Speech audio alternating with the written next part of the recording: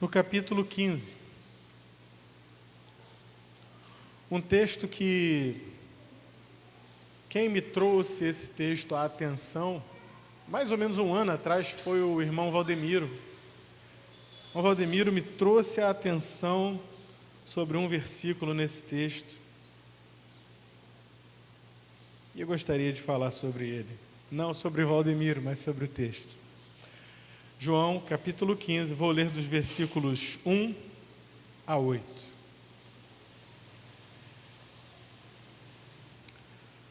Assim diz a palavra de Deus, o Senhor Jesus falando: Eu sou a videira verdadeira, e meu Pai é o lavrador. Todo ramo que estando em mim não dá fruto, Ele corta. Deixa esse versículo entrar. Eu sou a videira. Se eu que sou a videira tenho um galho, um ramo que não dá fruto, esse ramo será cortado pelo lavrador. É isso que nós lemos, sim ou não? Então tá. Todo ramo que dá fruto, ele poda, para que produza ainda mais. E esse aqui, o versículo 3, foi o versículo que me chamou a atenção, irmão Valdemiro. Vocês já foram limpos pela mensagem que eu lhes dei. Na sua versão Almeida diz: vós já estáis limpos pela palavra em vós enxertada. Estamos limpos pela palavra? Eu não digo que sim, mas a palavra diz que sim. E a palavra não pode errar. A palavra não pode mentir. Portanto, por mais que nós tenhamos defeitos, nós estamos limpos se a palavra está enxertada em nós. Deixa esse versículo entrar também no teu coração. A palavra nos lava, nos limpa, nos purifica. Permaneçam em mim e eu permanecerei em vocês. Pois, assim como um ramo não pode produzir fruto se não estiver na videira, vocês também não poderão produzir frutos a menos que permaneçam em mim. Agora observe. O ramo que está conectado à videira e não produz fruto, será arrancado. Lemos isso no começo? E agora ele faz uma outra afirmação. O ramo que não está conectado à videira, esse não pode produzir fruto de forma alguma. Estamos falando de dois ramos, um que está conectado à videira e que não está produzindo fruto, e que por isso vai ser arrancado, porque o fruto que está, o ramo que está conectado à videira e não produz fruto, é tão bom quanto um ramo que não está conectado à videira, ele está ali tomando a seiva para nada. Faz sentido isso que nós lemos? Cuidado. Assim como um ramo não pode produzir fruto se não estiver na videira, vocês também não poderão produzir frutos, a menos que permaneçam em mim. A palavra do momento é permanecer. Aquele que perseverar até o fim. Permanecer. Já falei sobre perseverança no domingo passado e hoje volto ao assunto. Sim, eu sou a videira, vocês são os ramos. Quem permanece, olha a palavra de novo, quem permanece em mim e eu nele, produz muito fruto. Pois sem mim vocês não podem fazer coisa alguma. Quem não permanece em mim, olha de novo aqui a responsabilidade de permanecer. Quem não permanece em mim é jogado fora, é lançado fora, é arrancado da videira. Tem que permanecer. Quem não permanece em mim é jogado fora como um ramo imprestável e seca. Por isso, não venha com essa história de estar desigrejado é bom, ser desigrejado é que é bom, e não preciso de comunhão, não preciso. Se você não tem comunhão com a igreja, que é o corpo de Cristo, então você não tem comunhão com Cristo. Está aqui.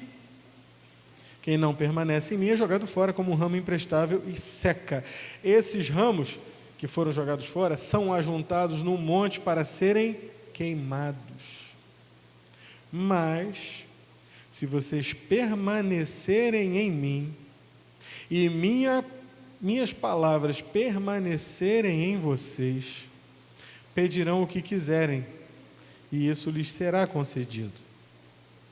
Quando vocês produzem muitos frutos, trazem grande glória a meu Pai e demonstram que são meus discípulos de verdade. Vamos orar. Pai, fala conosco, perdoa nossos pecados. Começar em mim. Em nome do Senhor Jesus. Amém. Esse é um texto, meus irmãos, que ele é, como toda a palavra de Deus, ele corta dos dois lados. Ele traz algo de muito positivo, uma palavra de vida para aqueles que ouvem, mas uma palavra de condenação para aqueles que se recusam a ouvir e andar de acordo com ela. Sabemos que a vida cristã ela é e ela tem que ser radicalmente diferente da vida de alguém que não conhece, que não anda com Cristo. O homem natural pode desejar fazer o bem. Não, eu quero fazer o bem. Ele pode até conseguir fazer alguma coisa boa, pode encher a barriga de alguém, pode abençoar alguém que está em dificuldade, ter uma atitude ou outra bondosa, tudo bem.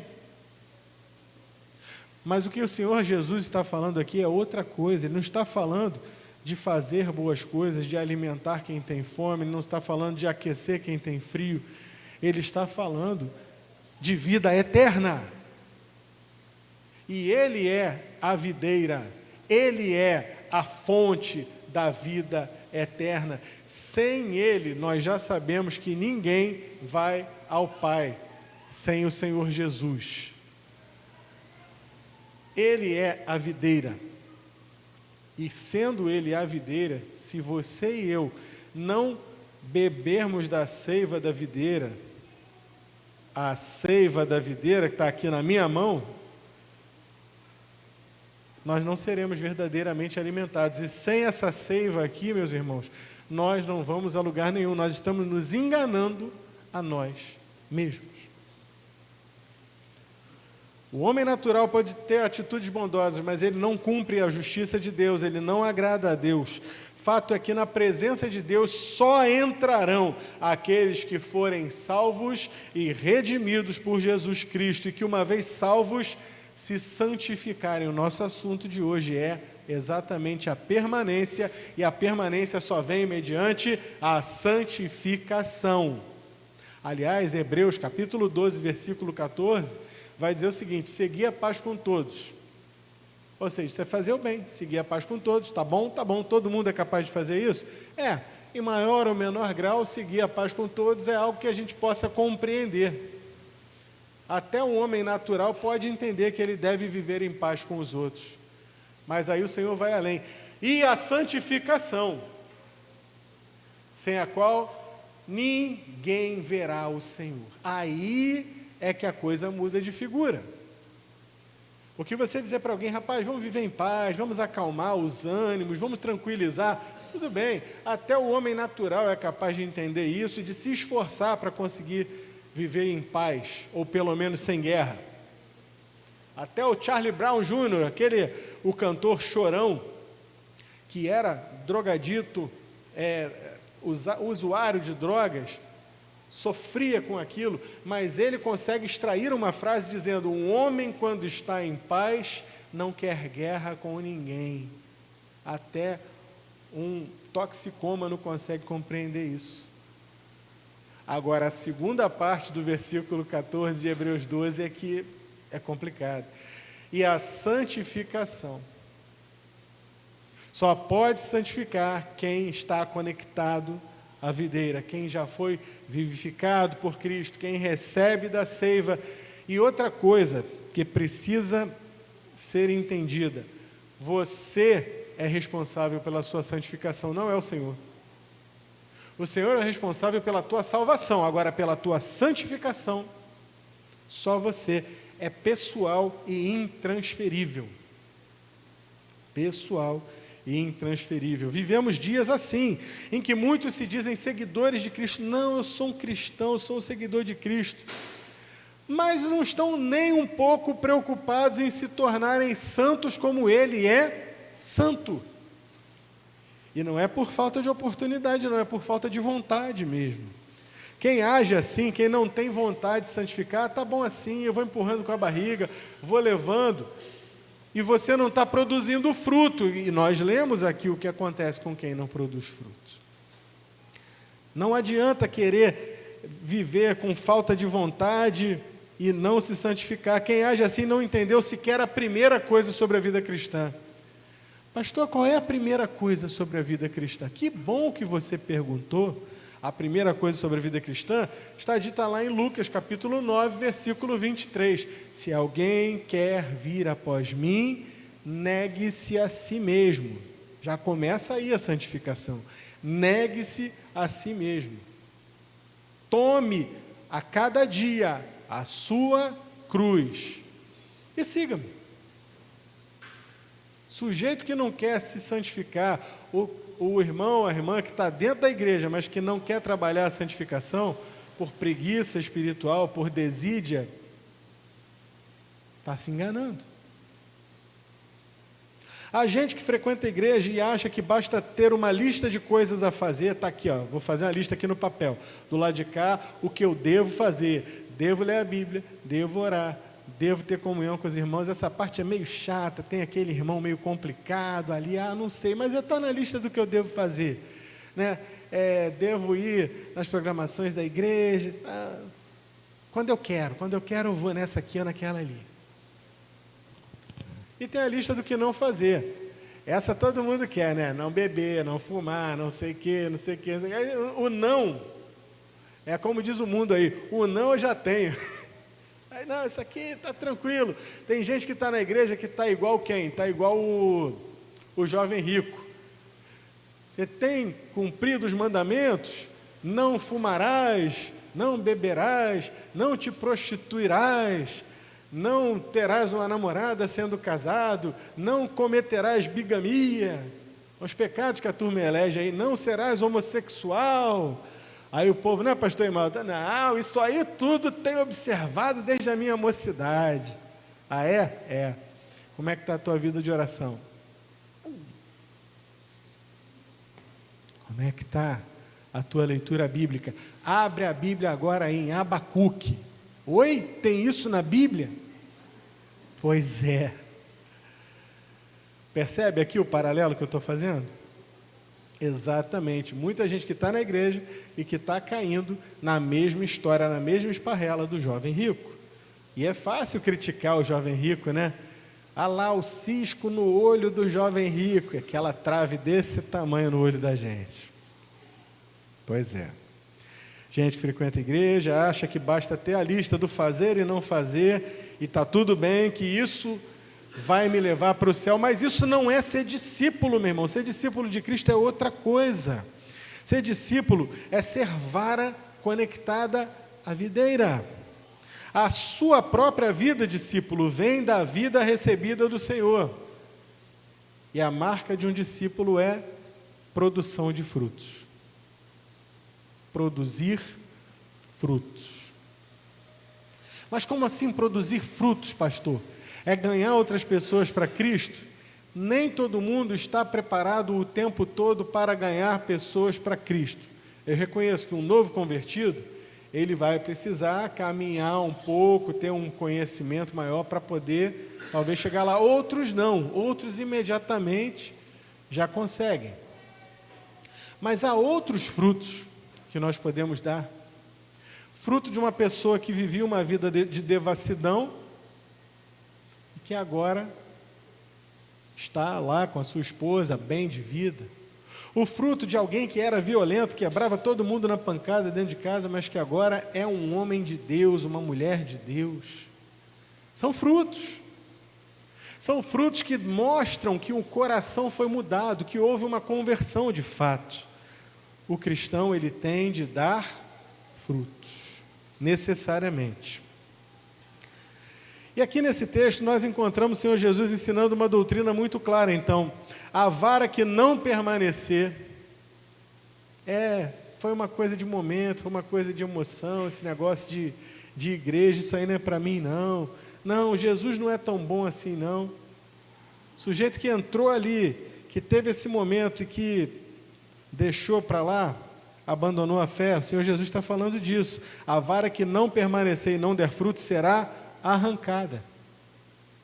Será arrancada. Isso é muito perigoso. Mas isso está de acordo com o resto da Bíblia, pastor? É claro que está. Se o Senhor da igreja está dizendo, ele não se contradiz, a palavra de Deus não se contradiz.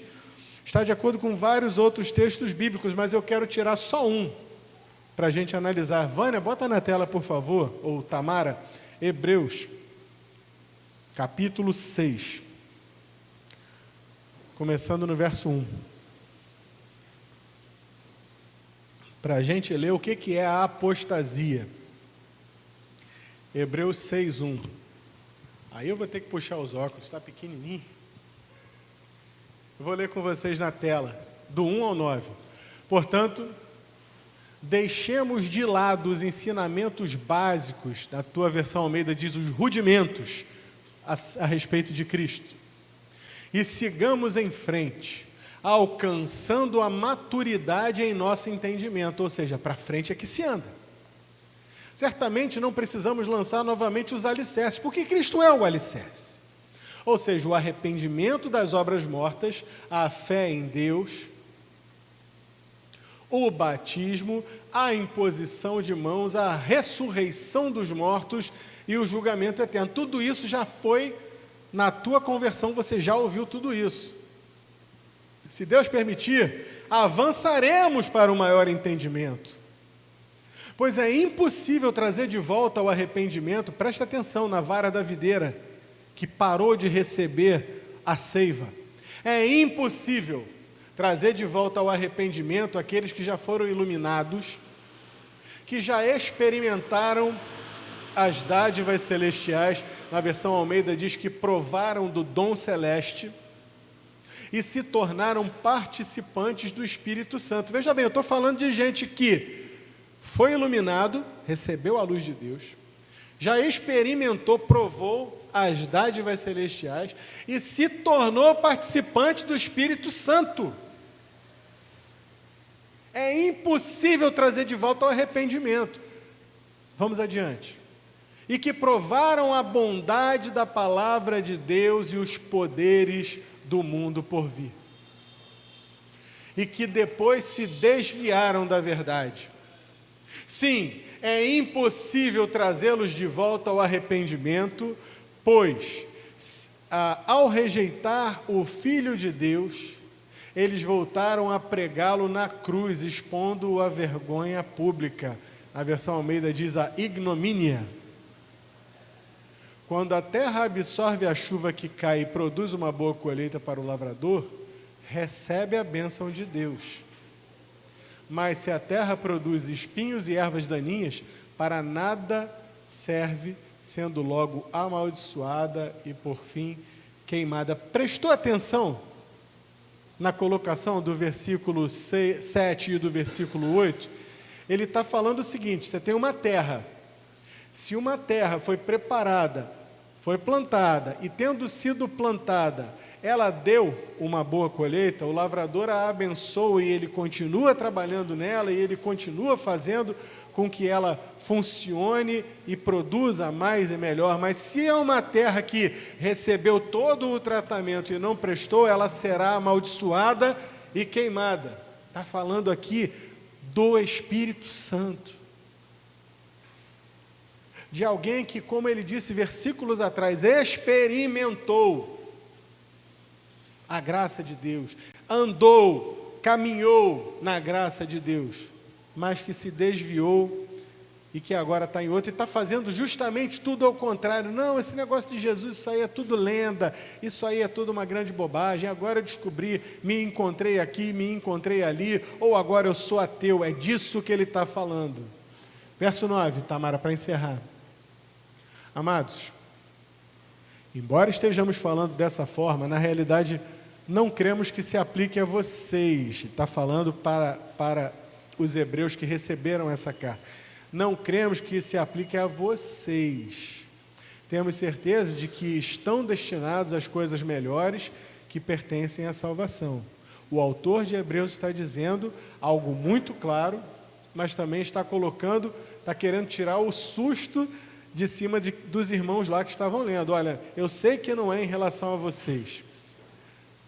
Há alguns aspectos nessa carta aos Hebreus que precisam ser colocados em perspectiva. Por exemplo, é uma carta aos Hebreus, aqueles que são judeus de nascimento, que se criaram dentro do judaísmo e se converteram a Cristo. Então, o foco disso que ele está falando aqui é esse tipo de gente, gente que era judia, que se converteu a Cristo, que experimentou do Espírito Santo, que viveu de acordo com a igreja de Cristo, mas que agora resolveu voltar para o judaísmo. É disso que ele está falando. Mesma coisa, alguém que veio do mundo, experimenta, vive, curte, aproveita, experimenta tudo de bom na casa de Deus, e aí diz, não, eu vou voltar para o mundo, o baile era melhor. É disso que ele está falando. Nós somos chamados a permanecer. Esses que não permanecem e que voltam para onde estavam antes, estão verdadeiramente condenados sem chance de retorno. Diz a palavra, não digo eu. Até porque, meus irmãos, vamos combinar? Vou falar uma verdade aqui para vocês. Caiu aqui que ninguém nos ouça. Se eu fosse pregar o que eu gostaria, eu jamais pregaria um texto desse aqui. Eu só pregaria coisa bonitinha, coisa fofinha. E eu também só tomaria para mim as coisas fofinhas e bonitinhas, as promessas. Adoraria pregar Jeremias 29:11, porque eu é que sei os pensamentos que tenho sobre vós, pensamentos de paz e não de mal, para vos dar uma esperança e um futuro. Quem não quer ouvir isso, meu irmão? Mas é preciso entender que a palavra ela não é fofinha, a palavra ela é a palavra e o objetivo dela é nos levar ao céu, até em Jeremias 29:11.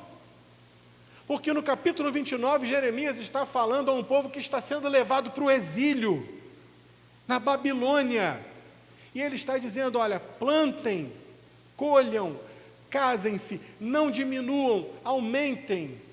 Tenham em mente que vocês estão indo para um lugar terrível, para uma dominação horrível sob Nabucodonosor, lá na Babilônia, mas entendam que o meu plano, o final do meu plano não é de mal, mas é de paz, para dar a vocês uma esperança e um futuro.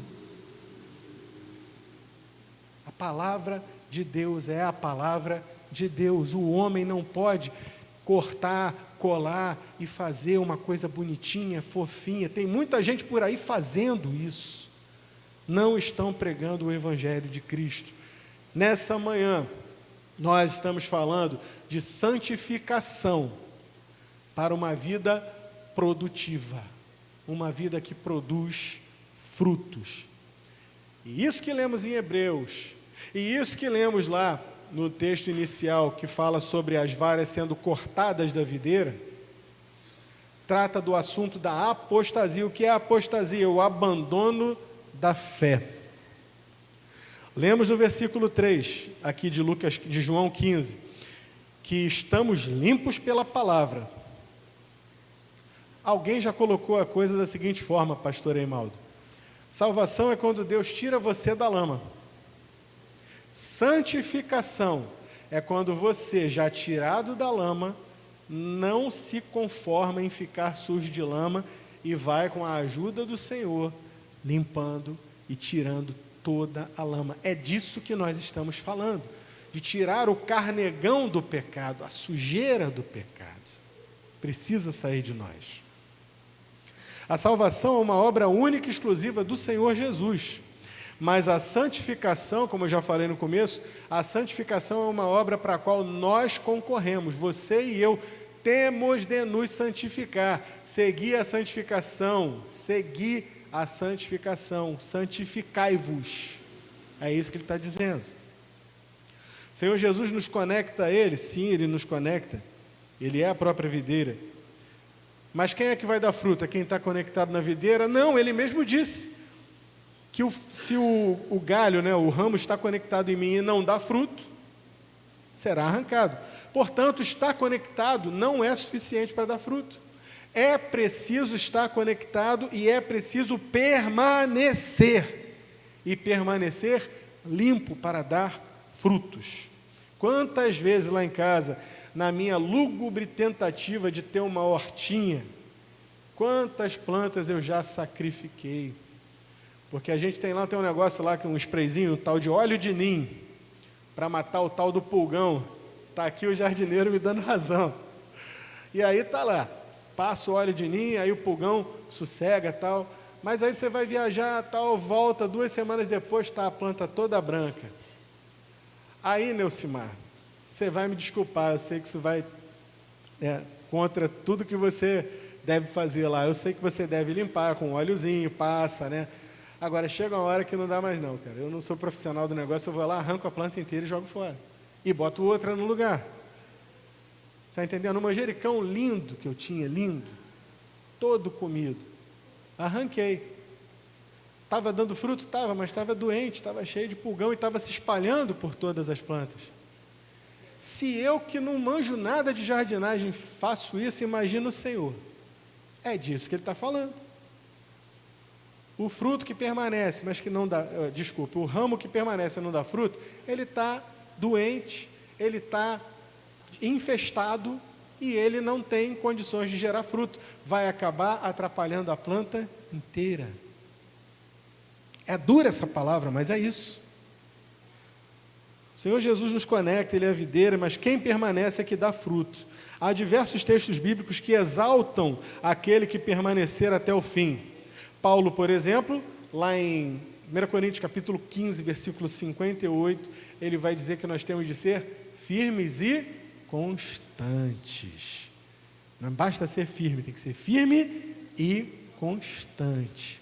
É perseverar, é se agarrar, é não soltar. Na parábola do semeador, lembra da parábola do semeador? Que o homem ia jogando as sementes e caía em 4 tipos de terra. Nessa parábola, o trabalho da semente será gerar frutos. Aliás, o trabalho da semente é gerar frutos. Ela vai fazer crescer uma planta e a planta vai gerar frutos. Ah, pastor, mas no final da parábola dizia que tinha uma planta que dava 30 por 1, outra 60 por 1 e outra 100 por 1. Qual é a diferença? Nenhuma. Cada um dá fruto como pode. Graças a Deus pelo que deu 30, graças a Deus pelo que deu 60, graças a Deus pelo que deu 100 por 1. O grande problema está no não produzir frutos. Naquela que caiu no caminho e foi levada pelas aves, aquela que caiu no espinheiro e a outra que caiu num lugar que tinha pouca terra. O problema que o Senhor Jesus coloca ali é que não produziram frutos. O defeito, então, não está na semente, o defeito está na terra. E o que produziu 30, que produziu 60, que produziu 100, caíram em um só tipo de terra, na boa terra. A terra vai produzir 30, 60 ou 100. A terra que produz 0, como é que funciona isso? Outro dia eu vi um pastor famoso, o pastor Hernandes Dias Lopes, homem de Deus. E ele dizia o seguinte: Tem certas igrejas por aí que o pessoal fica, não, mas nós não estamos preocupados com números, nós estamos preocupados com qualidade. E aí ele disse algo que me chamou a atenção, ele disse algo assim, mais ou menos assim, está preocupado com qualidade.